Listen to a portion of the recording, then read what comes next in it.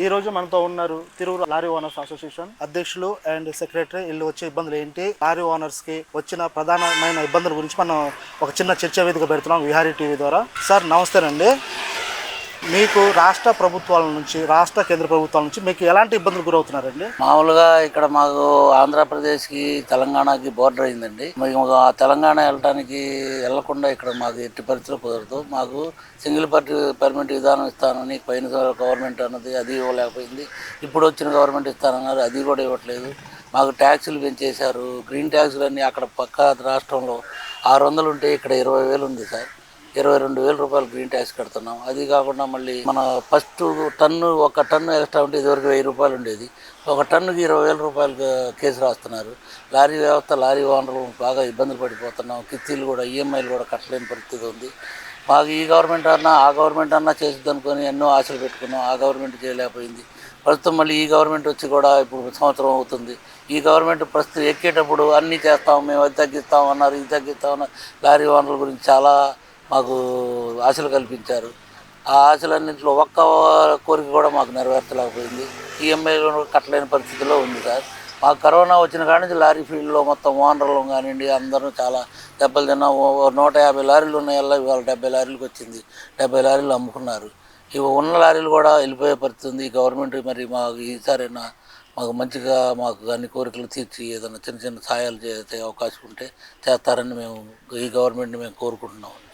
Sir ప్రధానంగా ఇప్పుడు మీకున్న సమస్యలు ఏంటి? ప్రధానంగా సమస్య టన్నుకి 20,000 రూపాయలు కేసు రాయటం ఒకటి, హైట్ లోడ్ కేసు ఒకటి, ఇవన్నీ కేసులు ఉన్నాయి సార్. మాకు తెలంగాణలోకి సింగిల్ పర్మిట్ విధానం మాకు ఇవ్వాలని మేము కోరుకుంటుంది. గ్రీన్ ట్యాక్స్ ఒకటి, పక్క రాష్ట్రాల్లో 600 ఉంటే ఇక్కడ 20,000 ఉండటం అనేది మేము కట్టలేని పరిస్థితి ఉంది. ఇన్సూరెన్సులు కట్టలేక, ట్యాక్సులు తగ్గిస్తామన్నారు, ఏమండి డీజిల్ తగ్గిస్తామన్నారు. డీజిల్ పక్క రాష్ట్రంకి వెళ్ళి కొట్టించుకుంటున్నారు. అక్కడికి మన ఇది ఉంది కదా, మన తమిళనాడుకి ఇక్కడికి 6 రూపాయలు తేడా ఉంది డీజిల్కి. ఏమంటే మరి కర్ణాటక అయితే 20 రూపాయలు తేడా ఉంది మాకు అక్కడికి. అది మేము అనేది ఇక్కడ కూడా ఏదో తగ్గిస్తారు అని ఆలోచనతో మేము ఎన్నో కోరికలతో ఉన్నాం. ఆ కోరికల్లో ఏ కోరిక నెరవేర్చలేదు. బాగా ఇబ్బందుల్లోనూ లారీ పరిస్థితులు బాగలేవు అని మేము గవర్నమెంట్కి విన్నవించుకుంటున్నాం. మా కృష్ణా జిల్లా యూనియన్ ప్రెసిడెంట్లు వాళ్ళు అందరికీ విన్నవించుకునేది ఏంటంటే, మేము ఈ దరిదాపుల్లో ఈ లాస్ట్లో ఉన్నాం. మాకు ఏదైనా ఉన్నా జిల్లా యూనియన్ వాళ్ళు మాట్లాడి ఏదైనా చేస్తారని మేము కోరుకుంటున్నాం. ఇప్పుడు మీకు ప్రధానంగా ఏటీఎస్ విధానం వచ్చేసి మాకు చాలా నష్టం జరుగుతుందని చెప్తున్నారు. అసలు ఏటీఎస్ విధానం వల్ల మీకు ఎలాంటి నష్టం జరుగుతుందండి? బ్రేక్ సిస్టమ్ అనేది, ఫిట్నెస్లు అనేది కొత్తగా పెట్టారు సార్. ఈ సిస్టమ్ అనేది కరెక్ట్ కాదు. ఎందుకంటే మోడల్ తక్కువ బళ్ళు ఉంటాయి, మోడల్ గల బళ్ళు ఉంటాయి. వాళ్ళు పెట్టే సిస్టమ్ కొత్త బళ్ళకే కానీ ఈ పాత బళ్ళకి పనికిరావండి. ఈ సిస్టమ్ పెట్టడం వల్ల చిన్న ఓనర్లు, సింగిల్ ఓనర్లు, ఆపరేటర్లు వీళ్ళందరూ నష్టపోతారు. కానీ పెద్ద సంస్థలకి ఏమి ఇది ఉండదండి. కొత్త బళ్ళు తీసుకుంటే 7 సంవత్సరాల వరకు ఫిట్నెస్ ఉండదండి వాటికి. ఈ పాత బళ్ళకి వచ్చేవరకు 1 ఇయర్కి ఫిట్నెస్ పెట్టాలండి. ఈ 1 ఇయర్లో ఫిట్నెస్ పెట్టినప్పుడు ఏమవుతుందంటే ఇది ప్రాబ్లమ్స్ అండి. ఇప్పుడు వాళ్ళు కొత్త సిస్టమ్ పెట్టారు. బండి తీసుకెళ్ళి ఫిట్నెస్ చేయాలంటే ఈ బళ్ళు ఫిట్ అవ్వండి. దీనివల్ల ఏమవుతుందంటే ఇదో ప్రాబ్లం అండి. తర్వాత ఆల్ ఇండియా ప్రాబ్లం ఒకటి ఉంది మాకు బాగా. ఈ టోల్ గేట్లు విపరీతంగా పెరిగిపోయినాయి, మామూలుగా లేదు. లారీలు ఇదివరకు మద్రాసు వెళ్ళి వస్తే 2,000 రూపాయలు వచ్చే టోల్ గేటు ఇవాళ 7,000 రూపాయలు, 8,000 రూపాయలు అవుతుంది. టైర్లు వచ్చి అప్పుడు 30,000 ఉండేది, ఇవాళ 55,000, 60,000 రూపాయలు టైర్లు అయినాయండి. 60 రూపాయలు ఉన్నప్పుడు డీజిల్ ఉన్నప్పుడు కిరాయిలే, ఇవాళ 105 రూపాయలు వచ్చినా కానీ అదే కిరాయిలు ఉన్నాయి. ఇది గ్రీన్ ట్యాక్స్ ఒకటి బాగా ప్రాబ్లం అండి. ఇదివరకు 200 రూపాయలు కట్టించుకొని గ్రీన్ ట్యాక్స్ ఎలా చేసేవాడు. ఇప్పుడు 20,000 రూపాయలు మామూలు బండ్లకి, పాత బళ్ళకి కట్టించుకోవాల్సి వస్తుంది. ఈ కట్టాలంటే భారంగానే ఉందండి మా అందరికి. మోటార్ ఫీల్డ్కి చాలా వరకు కూడా నష్టం ఇది. కొత్తగా తయారయ్యే డ్రైవర్లు లేరు, క్లీనర్లు లేరు, వర్కర్లు లేరు. దానికి తోడు ఇవన్నీ పట్టడంలో మామూలు సింగిల్ ఓనర్ ఆపరేటర్ అయితే బళ్ళు తిప్పే పరిస్థితి అయితే లేదు. దీని గురించి గవర్నమెంట్ అప్పుడు ఏదో తగ్గిస్తామని చెప్పారు, మేము అన్నీ చేస్తామని చెప్పారు. ఇంతమటికి ఏమీ చేయలేదు. అది చేస్తే కొంత ఫీల్డ్ నిలబడుద్ది, లేదంటే ఇది కూడా అయిపోద్దండి. ఇప్పుడు మన తిరువురు అసోసియేషన్లో అంతకుముందు ఎన్ని లారీలు ఉన్నాయండి? ప్రధానంగా ఇప్పుడు ఎన్ని లారీలు ఉన్నాయి? 120 లారీలు ఉండేయండి తిరువురు అసోసియేషన్లో. 120 లారీ, 6 టైర్ల కాడ నుంచి ఇవాళ 14 టైర్, 16 టైర్ వరకు వచ్చిందండి. ఇవాళ మొత్తం 60 లారీలకు, 50 లారీలకు వచ్చేసింది. 50 లారీలకు వచ్చేసింది. ఈ మీకు 150, 200 లారీలు అంటున్నారు కదా. 200 లారీల నుంచి మీకు 60, 70 లారీలు రావడానికి ప్రధానమైన సమస్యలు ఏంటండి? ప్రధానమైన సమస్య అంటే ఇదేనండి. ఆయిల్ పెరిగిపోవటం, గ్రీన్ ట్యాక్స్లు పెరిగిపోవటం, టైర్ల రేట్లు పెరిగిపోవటం, ఆయిల్ రేట్లు పెరిగిపోవటం, టోల్ గేట్లు పెరిగిపోవటం, ఇన్సూరెన్స్లు పెరిగిపోవటం, ఫిట్నెస్లు పెరిగిపోవటం, బ్రేక్ ఇన్స్పెక్టర్ ఓవర్లోడ్లు అని రోడ్డు మీద పడి బ్రేక్ ఇన్స్పెక్టర్లు, పోలీసు వాళ్ళు టార్చరు ఈ మామూలుగా లేవండి. ఇదివరకు టన్నుకి 100 రూపాయలన్నా ఏదన్నా కర్మజాలకు వస్తుంది, టన్నేజ్ ఎవరు వేయరు ఓనరు.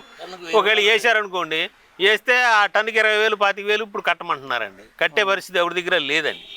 అది మీకు ఇప్పుడు క్లీనర్స్, డ్రైవర్స్ అంత ముందు మీకు బాగా దొరికేవాళ్ళు. ఇప్పుడు ఎలా వాళ్ళతో ఎలా ఇబ్బందులు ఉన్నాయా, లేకపోతే కొంచెం దగ్గరగానే ఉంటున్నారా వాళ్ళు? లేదండి, వర్కర్ ప్రాబ్లం చాలా బాగా ఉందండి లారీలకి.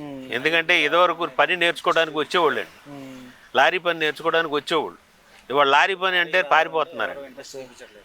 దీనివల్ల ఏంటంటే వర్కర్ ప్రాబ్లం కూడా బాగా ఉందండి. లారీల ప్రాబ్లం మెయిన్, వర్కర్ ప్రాబ్లం కూడా చాలా ఉందండి. కొత్తగా వచ్చేవాళ్ళు ఎవరు లేరు సార్ వాళ్ళ లారీలకి, ఫీల్డ్కి. ఉన్నోళ్ళతోనే సరి చేయించుకోవాలి. ఇప్పుడు లారీ బయలుదేరితే ఒక క్లీనర్, డ్రైవరు ఇద్దరు కావాలండి. ఇప్పుడు క్లీనర్ లేక డ్రైవర్లు ఒక్కళ్ళే వెళ్ళాల్సి వస్తుంది. ఆడికి డ్రైవర్ కూడా బద్దనే ఒక్కడే వెళ్ళాలంటే. మరి మాకు ఎత్తికి పంపించాలంటే మాకు దొరకట్లేదు, ఎవరు రావట్లేదు లారీలకి. దూర ప్రాంతాలకు వెళ్ళినప్పుడు వాళ్ళకి డబుల్ డ్రైవర్స్ ఉండాలనేది కూడా అది కూడా ప్రాబ్లం అండి. నేషనల్ పర్మిట్కి డబుల్ డ్రైవర్ కావాలంటున్నారు. అసలు సింగిల్ డ్రైవరే దొరకట్లేదు. డబుల్ డ్రైవర్ యాడ్ నుంచి వస్తారండి. ఇప్పుడు సింగిల్ డ్రైవర్కు నేషనల్ పర్మిట్ డబుల్ డ్రైవర్ కావాలని పెట్టారు. సింగిల్ డ్రైవరే దొరకట్లేదు లారీలకి. డబుల్ డ్రైవర్ మేము ఆడ తీసుకొచ్చాము, అది తీసుకురావటం మా వల్ల కావట్లేదు. పంపిస్తే ఏదో కేసు రాస్తున్నారు, అది అంటున్నారు, ఇది అంటున్నారు, ఓవర్లోడ్ అంటున్నారు. యూనియన్ మాదేంటంటే ఏంటి సార్ ఎట్లా రాస్తున్నారంటే, మాదే ఉందండి, గవర్నమెంట్ మా టార్చరు, మాకు ఇది టార్గెట్ పెట్టారు, మేము రాస్తున్నాం. మీరు ఏదైనా అడిగితే గవర్నమెంట్ని అడుక్కోండి అన్నారు. గవర్నమెంట్ మాకు ఎవరు సమాధానం చెప్తారండి? సింగిల్ ఓనర్ ఆపరేటర్ ఎవరో ట్రాన్స్పోర్టర్ కాంట్రాక్టర్ అయితే వాడికి 100 లారీలు ఉంటే వాళ్ళు 10 మంది కాంట్రాక్టర్లు కలిసి మాట్లాడతారు. మరి సింగిల్ ఓనర్లు మాట్లాడలేం కదా, అది ఒకటి ప్రాబ్లం. అదే మీకు గవర్నమెంట్ నుంచి ఎలాంటి సపోర్ట్ లేదు, కానీ ఎలాంటి లేదు సార్, సమస్యలు ఎక్కువ అవుతున్నాయి, కానీ సపోర్ట్ లేకే మేమందరం కూడా మోటార్ ఫీల్డ్ చాలా వరకు వదిలేసేసుకున్నాం. ఎందుకంటే ఇదివరకు ఒక్కొక్క ఓనర్ దగ్గర 5-6 వర్కర్లు ఉండేవాళ్ళు. 3 బళ్ళు ఉన్నాయంటే 6-7 క్లీనర్లు ఉండేవాళ్ళు, 4 డ్రైవర్లు స్పేర్ కూడా ఉండేవాళ్ళు. అలాంటిది వీళ్ళు కూడా బళ్ళు తిప్పలేని పరిస్థితులు మేము ఉంటే వాళ్ళు మటుకు ఎందుకుంటారు మా దగ్గర? బయటికి వెళ్ళిపోతున్నారండి. దానివల్ల కూడా పెద్ద ప్రాబ్లంగా ఉందండి. ఆంధ్ర తెలంగాణ సింగిల్ పర్మనెంట్ చేయాలని చెప్పి మీరు ప్రధానంగా కోరుతున్నారు. దానివల్ల మీకు ఉపయోగం ఏంటండి? దాని ఇప్పుడు ఆంధ్ర తెలంగాణ సింగిల్ పర్మనెంట్ చేయకపోతే దానివల్ల మీకు ప్రధాన నష్టం ఏంటి? గౌరవంగా ముందు ప్రభుత్వానికి తెలియపరిచిన తర్వాత ఈ విషయాలన్నీ తమకు చెప్తామండి విలేకర్ గారు. మన కూటమి ప్రభుత్వానికి కూడా మేము కావాలని వచ్చింది కనుక మేము చాలా సంతోషించాం. గత ప్రభుత్వం నుంచి కూడా ఈ బోర్డర్లో ఉన్న లారీ యజమానులకి సింగిల్ పర్మిట్ అడిగితే ఆ ప్రభుత్వం కూడా తెలంగాణ ప్రభుత్వంతో ఏకీభవించి ఇటు నుంచి కొన్ని పర్మిట్లు, అటు నుంచి కొన్ని పర్మిట్లు ఇస్తే కొంత ఇబ్బంది ఉండేది కాదండి. మేము చాలా లేస్తే తిరువురు లారీలు కిలోమీటర్ దూరంలో ఉన్నటువంటి తెలంగాణకి ఎల్లపంది పని జరగదు. కానీ గత ప్రభుత్వంలో కూడా సింగిల్ పర్మిట్ అంటే ఇవ్వకుండా 3 నెలలకు ఆంధ్ర పర్మిట్ ఎంత తీసుకుంటే అంత సింగిల్ పర్మిట్గా దే ఆర్ కలెక్టెడ్ తెలంగాణ. అలాంటి సమస్యలో కూడా చాలా ఇబ్బందులు పడినా కూడా అనుకోకుండా ఈ కూటమి ప్రభుత్వం వచ్చిన తర్వాత వీడు కూడా మేము ఎంతో సమకూరుస్తాం, మీకు చేస్తాం అని ఆనాడు నాయకులు ఎలక్షన్ ముందు మాకు చెప్పిన వాగ్దానాల్లో లారీ యజమానులకు ఎటువంటి కూడా ఉపయోగపడినటువంటి లేదు. అది కాకుండా డీజిల్ ఆయిల్ విషయంలో పక్క రాష్ట్రానికి మా రాష్ట్రానికి లీటర్కి 6 రూపాయలు తేడా ఉంది. తర్వాత ఈ స్టేట్ గవర్నమెంట్ 1 లీటర్కి 27 రూపాయల 50 పైసలు ట్యాక్స్ కట్టించుకుంటుంది. అదే ఒక 27 రూపాయల 50 పైసలు కేంద్ర ప్రభుత్వం తీసుకుంటుంది. ఇక మాకు చేసింది ఏంటండి? ఇంకా యథార్థంగా చెప్పాలంటే ఈ రాష్ట్రంలో కాదు, ఏ రాష్ట్రంలోనైనా సరే వ్యాపారం చేసిన తర్వాత వాడు ఒడిదుడుకుల్ని ఇన్కమ్ ట్యాక్స్ ఆర్డర్ని పెట్టి రూపాయికి 30 నష్టం వచ్చిందని చెప్పి ట్యాక్స్ కడతారు. కానీ లారీ యజమానులు మాత్రం తిరగబోయే 3 మాసాలకు ముందే మేము ట్యాక్సీలు కడతాము, టైర్లు వేయటము, ఇన్సూరెన్సులు కడతాము, విపరీతమైన కరెక్షన్ చేసి ఇచ్చేది మేమే. యథార్థంగా ఈనాడు రాష్ట్ర కేంద్ర ప్రభుత్వాలు బతికేది కేవలం లారీ యజమానుల మూలంగానే, లేకపోతే వాళ్ళకి ప్రభుత్వాలు నడవు ఒక మాటలో చెప్పాలంటే. కానీ ఈ టోల్ గేట్ ఒకటి ఉందండి. నవ్ ప్రజెంట్ వీఆర్ టాకింగ్ బాడవా టోల్ గేట్. 10 సంవత్సరాల నుంచి టోల్ గేట్ వసూలు చేస్తున్నారు. మేము కట్టే ట్యాక్స్, రోడ్డు ట్యాక్స్ కడుతున్నాం, రోడ్డు మీద తారేస్తాకు డబ్బులు ఇస్తున్నాం. అక్కడ రోడ్డు బాగు చేయించేవాడు లేడు. మరి దానికి కేంద్ర ప్రభుత్వం నేషనల్ హైవే రోడ్డు అయ్యింది. మరి ఇవన్నీ కూడా చూసి కూడా రోజుకోటి అమలుపరుస్తున్నారు. కానీ అసలు ఆ రోడ్డు మీద లారీ వెళ్తే టైర్ బయలుపోద్ది, వాడు చాలా నష్టపోతున్నాడు, వాడే మనల్ని బతికిస్తున్నాడు అనేది ఏమాత్రం కూడా వాళ్ళకి మా మీద విశ్వాసం లేకుండా they are collecting from 10 years 10 సంవత్సరాల నుంచి ఆ బాడ టోల్ గేట్ వసూలు చేస్తున్నారు. మన మధ్య మేము వెళ్ళి అడిగితే ఏదో మా కళని దుర్సాం ఏదో 2 టిప్పులు మట్టి తోలారు అంతే. ఇది కేంద్ర ప్రభుత్వం అర్జెంటుగా ఈ టోల్గేట్ నేషనల్ హైవే రోడ్ని బాగు చేయించాలి. మాకు డీజిల్ ఆయిల్ మీద సబ్సిడీ ఇవ్వాలి. మేము తప్పు చేసాం, అపరాధ రుసుము అని చెప్పి 20,000 వసూలు చేస్తున్నారు లారీకి. అపరాధ రుసుము ఏంటండి? 1 టన్ను మీరు ఇచ్చే ఖర్చుల మీద ఇవాళ చచ్చేవాడికి ఎంత ఇస్తున్నారు? అసలు మేము తీసుకునేది ఎంత? అసలు మేము కట్టేది ఎంత ఇన్సూరెన్స్? 60,000 ఇన్సూరెన్స్ కడతామా? 60,000 ఇన్సూరెన్స్ కడితే నువ్వు బాగా చచ్చి ఈ కోట్లాది లారీల మీద వచ్చిన డబ్బులన్నింటిలో ఎన్ని కోట్లు ఇస్తున్నారు మీరు జనానికి చచ్చిపోతే? ఇట్లా కానీ మా డబ్బులతో మీరు విలాసాలు అనిపిస్తానికి తప్ప ఈ రాష్ట్ర ప్రభుత్వం కానీ కేంద్ర ప్రభుత్వం కానీ లారీ యజమానుల మీద దయాదాక్ష్యం అనేది 100% లేదని తెలియపరుస్తున్నాం. ఇప్పటికైనా సరే కేంద్ర ప్రభుత్వం కానీ రాష్ట్ర ప్రభుత్వం కానీ మేము అయ్యిస్తున్నాం, పప్పిస్తున్నాం, ఒప్పిస్తున్నాం కాదు, ఇవన్నీ ఇస్తానికి కూడా కారణం ఈ లారీలే. కానీ ఈ లారీలను మీరు అందుబాటులో పెట్టుకుంటే మీరు ఇంకెన్ని నిధులు ఇవ్వచ్చు. దయచేసి ఎమ్మటే కట్టినటువంటి టోల్ ట్యాక్సీలు కానీ రోడ్ ట్యాక్సీలు కానీ డీజిల్ ఆయిల్ మీద సబ్సిడీ కానీ ఇస్తే కానీ మేము బతకలేము. తర్వాత ఇటీవల కూడా మొదలుపెట్టారు ఏటీఎస్ విధానం. ఏమండి ఏటీఎస్ విధానం ఏంటండి? ఏటీఎస్ విధానం మా ప్రెసిడెంట్ గారు చెప్పినట్టు కొత్త లారీకే ఏటీఎస్ విధానం పనికి వస్తుంది. పాత లారీ కూడా ట్యాక్స్ కడతలేదా? పాత లారీ కూడా ఇన్సూరెన్స్ కడతలేదా? పాత లారీ కూడా మీకు ట్యాక్స్ కడతలేదా? పాత లారీ కూడా డీజిల్ ఆయిల్ పన్ను కడతలేదా? ఇన్ని కడతలేదా? ఆ పాత లారీ ఎందుకు బ్రేక్ అవ్వదండి? ఆ గ్రీన్ ట్యాక్స్ ఒకటి కూడా పోలవరం ప్రాజెక్టు కడతానంటున్నారు, అమరావతి రాజధాని కడతానంటున్నారు. ఇన్ని కట్టేటప్పుడు ఈ ఏటీఎస్ని కూడా ప్రభుత్వం పెట్టమనండి. ప్రైవేటీకరణ చేయటం ఏంటండి? ఆ ప్రైవేటీకరణ పొద్దున రూపాయికి 10 రూపాయలు అంటాడు. ఈ లారీ వెళ్ళాలి. అది కాకుండా ఈ ఏటీఎస్ విధానం కూడా జిల్లాకి అన్ని కేంద్రం ఒక చోట చేరాలంటే సామాన్య విషయం అండి. డీజిల్ ఆయిల్ ఏమన్నా 10 రూపాయలు 20 రూపాయలు 110 రూపాయలు ఆయిల్ పెట్టుకుని జగ్గైపేట నుంచి కానీ తిరువూరు నుంచి కానీ మైలవరం నుంచి కానీ నందిగాం కానీ ఈ లారీలన్నీ విజయవాడ దగ్గర అక్కడికి వెళ్ళాలంట. అక్కడికి వెళ్ళటం అంటే బ్రేక్ సామాన్య విషయం అండి. ఇవాళ టైం పోతుంది, బోడంత డీజిల్ ఆయిల్ ఖర్చు అవుద్ది. వీటిని ఆలోచించి కూడా ప్రభుత్వం తగినగా ఈ ఏటీఎస్ విధానం కొన్ని రాష్ట్రాల్లో పెట్టారు, ఫెయిల్ అయిపోయింది. ఇక్కడ కూడా ప్రభుత్వం ఎమ్మటే కళ్ళు తెరిచి రాష్ట్ర ప్రభుత్వం గౌరవమైన ముఖ్యమంత్రి గారు రవాణా శాఖ మంత్రి గారు కూడా దీన్ని ఆలోచించి నరేంద్ర మోడీ దృష్టి గారు తీసుకెళ్ళి ఈ ఏటీఎస్ విధానాన్ని లారీలు పాత లారీలకు బ్రేక్ అవ్వని చెప్పేది. ఇందాక మా ప్రెసిడెంట్ గారు చెప్పినట్టు న్యూ లారీకే బ్రేక్ అవ్వద్ది. ఈ పాత లారీ వాడు రోడ్డు కడతా ట్యాక్స్ కడతలేదా? వాడు బెల్లం పెట్టి నటు బతికించుకుంటాడు. పాత లారీలకి మళ్ళీ చేయకపోతే మళ్ళీ పరిస్థితి ఏంటండి? పాత లారీలు చేయకపోవడం అనేది కాదండి, చేస్తారంటండి. చేసినా కూడా ఇప్పుడు తీసుకునే దాని మీద రెట్టింపు వస్తువు పెడతారని గ్రీన్ ట్యాక్స్లు ఎందుకు పెడతారు? వాళ్ళందరికీ వాళ్ళే ఖండం చేసుకుంటారని. అది కాకుండా ఖండం కూడా మీరే చేసేయండి, వాటిని కాటాకి ఎవరు కొంటారు కూడా మేమే చెబుతాం అంటున్నారు. ఇది అక్కడ ఘోరం అండి బాబు. మేము బాగుంటే మీరు బాగుంటారని కోరుకోవాలి ప్రభుత్వం, అంతేగాని మేము ఎప్పుడు పతనం అయిపోతామని కోరుకుంటే ఈ ప్రభుత్వాలు ఈ యజమానులు ఏమైపోతారు చెప్పండి? దాని మీద బతికేవాడు ఎవరెవరండి? ముఠా కార్మికులు, lorry driver, lorry cleaner, lorry owner, ఇంతమంది బతుకుతున్నారు. ఎంతమంది టెక్నీషియన్స్, బ్యాటరీ కొట్టు, మెకానిక్, ఒక ఎలక్ట్రీషియన్, ఇంతమంది బతుకుతుంటే వాటిని ఖండం చేసేస్తే ఉందండి. అదేంటండి ఈ ప్రభుత్వాలు రేపు తలపెట్టేది ఇదే. మీకు ఆధార్ కార్డులో 50 సంవత్సరాలు దాటితే మీరు సంవత్సరం కింద కట్టండి అని కూడా ప్రవేశం కూడా పెడుతుంది ఇది. కాబట్టి దయచేసి కేంద్ర ప్రభుత్వం తీసుకునే నిర్ణయాలు ఏటీఎస్ విధానాన్ని వెంటనే రద్దు చేయని పక్షం అయితే మేము దేనికైనా సిద్ధపడి దాన్ని ఎదుర్కోవడానికి కూడా మేము వెనకాడమని చెప్పి మేము తోటి లారీ యజమానులకు మేమందరం కూడా కృషి చేస్తామని చెప్తున్నాం. మాకు మీరు కృషి చేయండి, మీకు మేము సహాయపడతాం. ఏ అర్ధరైతు కూడా వచ్చినా మా లారీ మీకు కావాలంటే ఇస్తున్నాం. కానీ మీకు పీడిఎస్ బియ్యం దార్థంగా లారీలు లేవు. ఏంటండి ప్రైవేటీకరణ? ఏంటండి బ్రేకులు చేస్తాం ప్రైవేటీకరణ? ఏంటండి ఇది ప్రైవేటీకరణ? ఎందుకంటే గవర్నమెంట్ మీరే పెట్టండి, పోనీ మీరు పెట్టండి, పెట్టి న్యాయం చేయండి.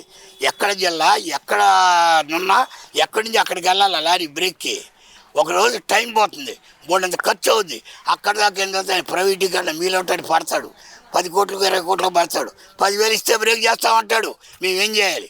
ఇప్పుడున్న ప్రభుత్వ అధికారులు ఇన్స్పెక్టర్ వీళ్ళు కూడా లారీని తనిఖీ చేసి శుభ్రంగా చేసి పంపిస్తున్నారు. అది వాళ్ళకి మాకు ఏదో అండర్స్టాండింగ్ ఉందని తప్పుడు ఆలోచన తప్ప ఈ ప్రభుత్వానికి సాగే బండిని జరగబడుతుంది తప్పేది. బండి కొనుక్కుంది, అది 7 సంవత్సరాల కన్నం అయిపోతుందంట. లారీ ఓనర్ అది పిల్లలకి గవర్నమెంట్ ఏమైనా ఇస్తుందా? నెలకు ఆ కుటుంబానికి 30,000 ఇస్తుందా? There is no give any chance. కాబట్టి ప్రభుత్వం ఏమంటే ఈ ఏటీఎస్ విధానాన్ని రద్దుపరచుకోమని, అలా కాని పక్షంలో మొండి వైఖరిగా ప్రవర్తిస్తే మేము దానికన్నా ఎక్కువ మొండి వైఖరిగా ప్రవర్తించడానికి సిద్ధంగా ఉన్నానని తెలియపరుస్తూ వారికి, ప్రభుత్వానికి, మీకు, మా తోటి యజమాని అందరికీ ధన్యవాదాలు తెలియపరుస్తున్నాం. ప్రభుత్వానికి అందరికీ ధన్యవాదాలు. కేంద్ర ప్రభుత్వానికి, రాష్ట్ర ప్రభుత్వానికి ధన్యవాదాలు. మీరు ముందు హామీ ఇచ్చేది రాష్ట్రంలో కానీ దేశంలో కానీ నిరుద్యోగిని తగ్గిస్తాము, అందరికీ పని కల్పిస్తామని చెప్తున్నారు. కానీ మీరు చేసే విధానం వల్ల సింగిల్ ఓనర్ కానీ డ్రైవర్ కమ్ ఓనర్ కానీ పరిణామాల వల్ల చాలా వరకు లారీలు అమ్ముకునే పరిస్థితి వస్తుంది. సింగిల్ ఓనర్లు బతకటమే కష్టంగా తయారవుతుంది. ఇప్పుడు ఉన్న లారీలు అందరూ కూడా కార్పొరేట్ సంస్థల్లాగా ప్రతి వాళ్ళకి 100 మందికి 100 లారీలు, ఒక మనిషికి 100 లారీలు, 50 లారీలు ఉన్న వాళ్ళకే అన్ని సదుపాయాలు ట్యాక్సీలో కూడా వాళ్ళకి మినహాయింపు ఇస్తున్నారు. అది కార్పొరేట్ సంస్థలాగా తయారైపోతున్నారు. వీళ్ళంతా వాళ్ళ కింద ఉద్యోగస్తులుగా తయారు చేయాల్సి వస్తుంది. అంతే సొంతగా బతకటం, నిరుద్యోగంగా సొంతగా బతికే పరిస్థితుల్లో ఎవరూ లేకుండా ఒకళ్ళ కింద ఉద్యోగం చేసి కార్పొరేట్ సంస్థల కింద ఉద్యోగం చేసి వాళ్ళ కిందే వాళ్ళు ఇచ్చే జీతంతో బతకాలని కానీ సొంతగా వ్యాపారం చేసుకునే పరిస్థితుల్లో ఈ గవర్నమెంట్లో బతకడం అనేది చాలా కష్టమైపోతుంది. ఇంతకుముందు ఈ రాష్ట్రం విడిపోకముందు ఈ తిరువూరు నియోజకవర్గంలోనే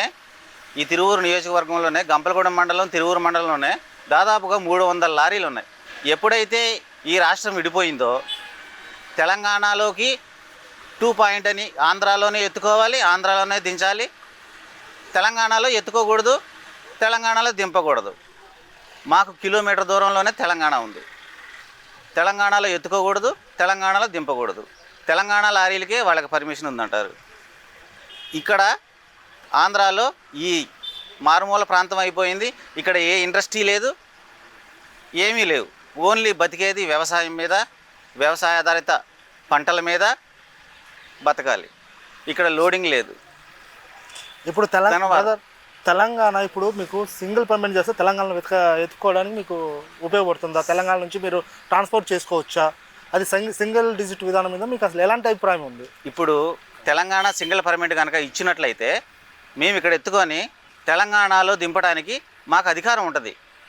ఇక్కడ ఇప్పుడు ఈ సింగిల్ పర్మిట్ విధానం లేకపోవడం వల్ల ఇక్కడ లారీ ఎత్తుకొని తెలంగాణలోకి వెళ్ళాలంటే ఒక వారానికి 3,000 రూపాయలు చలాన కట్టాలి. 3,000 రూపాయలు ఒక వారానికి. ఇండస్ట్రీస్ కూడా తెలంగాణ చుట్టుపక్కల ఉన్నాయి కానీ మా ఆంధ్ర వాళ్ళకి లేదు. అక్కడికి వెళ్ళాలంటే అక్కడికి వెళ్ళి ఏదైనా లోడ్ ఎత్తుకోవాలన్నా కూడా ఒక వారానికి వచ్చి, అది కూడా ఒక ట్రిప్కే, వారానికి కూడా కాదు. ఇదివరకు వారానికి అని చెప్పేవాళ్ళు. ఇప్పుడు ఏదైతే లోడ్ ఎత్తుకుంటున్నారో అది రూట్ పర్మిట్ రాసి అక్కడికి వెళ్ళి దింపాలి, మళ్ళీ అక్కడి నుంచి ఎత్తుకున్న ప్రదేశానికి వెళ్ళిపోవాలి. ఆ విధానం పెట్టారు. ఒక వారానికి ఒక ట్రిప్కి 3,000 కట్టి మేము తెలంగాణలోకి వెళ్ళి ఏమి కట్టగలం, ఏం తోలగలం, ఏం చేయగలం? తెలంగాణ వాళ్ళకైనా అదే పరిస్థితి, ఆంధ్ర వాళ్ళకైనా అదే పరిస్థితి. కనుక దాదాపుగా 300 లారీలు ఉన్న రాష్ట్రం 10 సంవత్సరాలు 15 సంవత్సరాల్లో 60 లారీలు 50 లారీలకు వచ్చింది. ఎంతమంది నిరుద్యోగులు తయారయ్యారు? కొత్తగా వర్కర్ అనేవాడు లారీ అంటేనే రావట్లేదు. ఇక్కడ వ్యాపారం బాగుంటే ఎవరైనా 4 రూపాయలు పెట్టుబడి పెడతారు, చేస్తారు. అంతా కార్పొరేట్. ఇప్పుడు డబ్బున్నోడిదే రాజ్యం. మీకు ప్రజెంట్ ఉన్న సిచ్యువేషన్లో ఇప్పుడు మీరు ఉన్న స్టేట్ గవర్నమెంట్ దగ్గర వెళ్ళి మీ యొక్క సమస్యలను వినతి పత్రంగా ఏమైనా ఇచ్చారా? లేకపోతే మీరు ఇప్పుడు మీకున్న ప్రజెంట్ పార్లమెంట్ సభ్యులు కేసినేని చిన్ని గారు, శివనాథ్ గారు, అలా వాటి ద్వారా మీ ద్వారా ఏమైనా వాళ్ళకి వినతి పత్రం ఇచ్చేసి? ఏమేం లేదు కానీ అంతకుముందు గత ప్రభుత్వం కన్నా ముందు తెలుగుదేశం ప్రభుత్వం ఉన్నప్పుడే ఒక 50 మంది వెళ్ళి తాడేపల్లి క్యాంపస్లో వినతి పత్రాలు ఇచ్చాము.